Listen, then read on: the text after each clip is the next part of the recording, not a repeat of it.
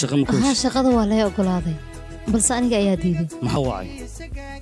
maadaama adiga USA aad u socotid aniga maxaa iga kaa reebay waan ku raacayaa markaad raacda kadibna labadeen waan isgursanaynaa guri ayaan degaynaa qurux badan caruur ayaan dhalaynaa aniga iyo iyaga iyo adigana waan wada noolaanaynaa taasna waa aniga riyadeeda rishii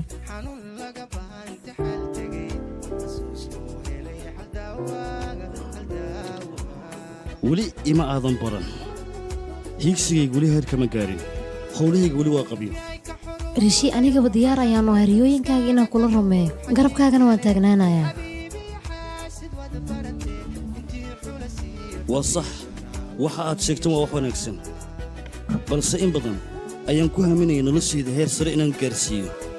xiriirkaan kula samaynayana waxaad ogaataa caqabad inuu ii keeni karo rishii adigama waxay kula tahay aniga horumarkaaga inaan caqabad ku noqonayo caqabad maaha ee waa culays qalbiga aad saartay maskaxdaadu ma shaqaynaysa markaas aniga weligay isma dhihin rishii horumarkiisa ayaad caqabad ku noqonaysaa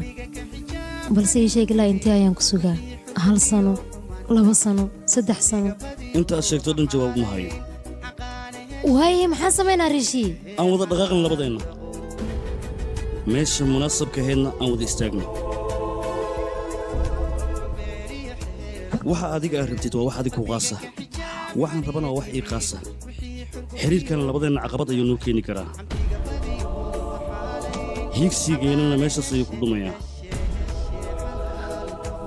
rishii hadalkan si fudud ayuu afkaaga uga soo baxay aniga waxaan islaa waad isfahmaysaan balse hadda ayaan ogaada weligaa inaad ni fahmayn